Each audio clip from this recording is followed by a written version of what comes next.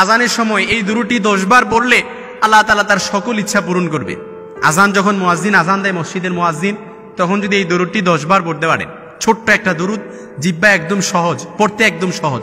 আমরা তো দুরুদে ইব্রাহিম পারি, নামাজের মধ্যে যে দুরুদ আছে ওই দুরুদটা পারি, ওই দুরুদটা পড়লেও পারবেন। তবে এর চাইতে ছোট্ট দুরুদ, পড়তেও একেবারে সহজ, জিহ্বায় সহজ, একেবারে কঠিন শব্দগুলোও না, ওই সময় যদি এই দুরুদটা 10 বার পড়তে পারেন, আল্লাহ আপনার সকল ইচ্ছা পূরণ করবে ইনশাআল্লাহুল আজিজ। কারণ আল্লাহ তাআলার ধনভাণ্ডারের কোনো কমতি নাই। লাউ আন্না আউওয়ালাকুম ওয়া আখিরাকুম ওয়া ইনসাকুম ওয়া জিন্নাকুম, বনি আদমের সন্তানগুলোর সবার যদি সব চাহিদাগুলো আল্লাহ তাআলা পূরণ করে দেয়, অর্থাৎ জিন ইনসান যারা আছে সবাই যদি বলে আল্লাহ এটা লাগবে ওইটা লাগবে, আল্লাহ 10 তলা বাড়ির মালিক বানায় দেন, 20 তলা বাড়ির মালিক বানায় দেন, আল্লাহ এটা করতে চাই ওইটা করতে চাই, সবাই যদি সব কিছু দিয়েও দেয়, তবু আল্লাহর ধনভাণ্ডারে 1 ইঞ্চিও কমবে না।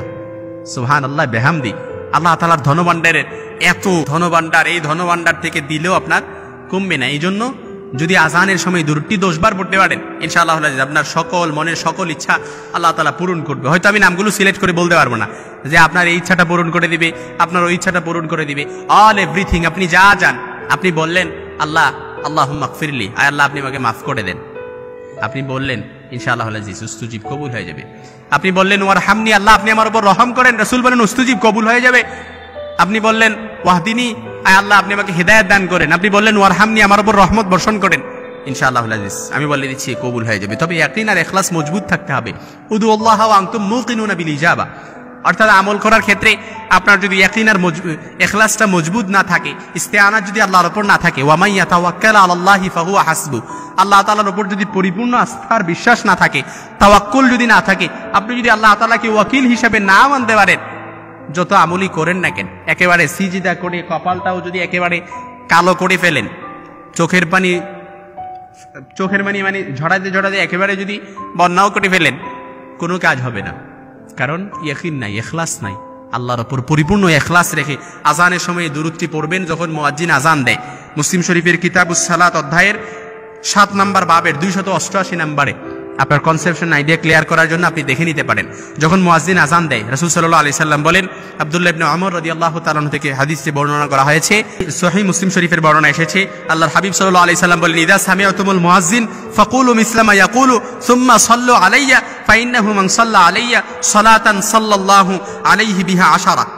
অর্থাৎ যখন মুয়াজ্জিন আজান দেয়, মুয়াজ্জিন যা বলল আপনিও যদি সেগুলো বলেন, অর্থাৎ মুয়াজ্জিন বলল আল্লাহু আকবার আল্লাহু আকবার, আপনিও বললেন আল্লাহু আকবার আল্লাহু আকবার, অর্থাৎ ফাকুলু মিসলা মা ইয়াকুলু, মুয়াজ্জিন যা বলবে আপনিও তা বলবেন।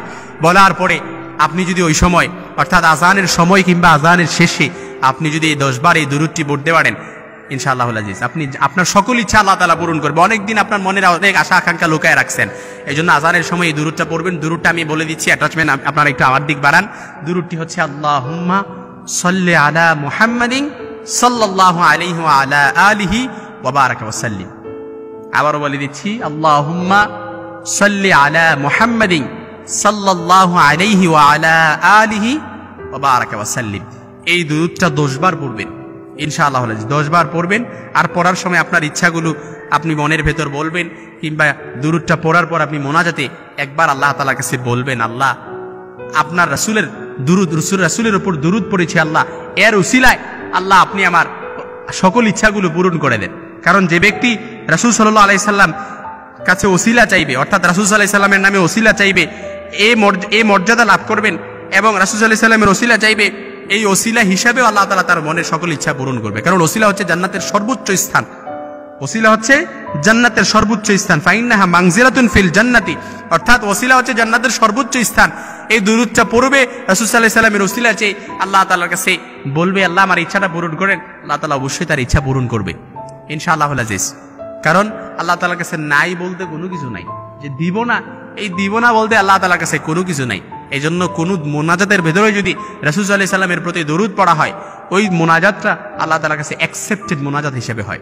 আর যদি রাসূল সাল্লাল্লাহু আলাইহি সাল্লামের প্রতি দরুদ না পড়া হয়, মাহজুবুন মুআল্লাকুন বাইনাস সামাই ওয়াল আরদ, অপর বর্ণনা এসেছে মাহজুবুন মুআল্লাকুন মাহজুবুন মাওকুফুন মুআল্লাকুন বাইনাস সামাই ওয়াল আরদ, অর্থাৎ আকাশ আর জমিনের মাঝে বেন্ডিং অবস্থায় থাকে, ঝুলন্ত অবস্থায় থাকে। রাসূল সাল্লাল্লাহু আলাইহি সাল্লামের প্রতি দরুদ পড়ছেন, ওই দোয়াটা ডাইরেক্ট আরশে আজিমে যে নক করে।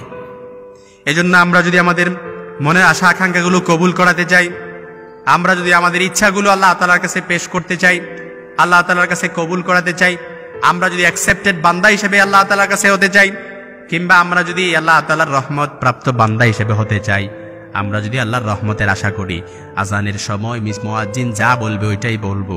তারপর আজান শেষে কিংবা আজানের সময় যদি আমরা এই দুরূদটা 10 বার পড়তে পারি, ইনশাআল্লাহুল আজিজ আল্লাহ তাআলা আমাদের মনের সকল ইচ্ছাগুলো আল্লাহ তাআলা কবুল করে নেবেন। আল্লাহুম্মা সাল্লি আলা মুহাম্মাদিন সাল্লাল্লাহু আলাইহি ওয়া আলা আলিহি ওয়া বারাকা ওয়া সাল্লিম।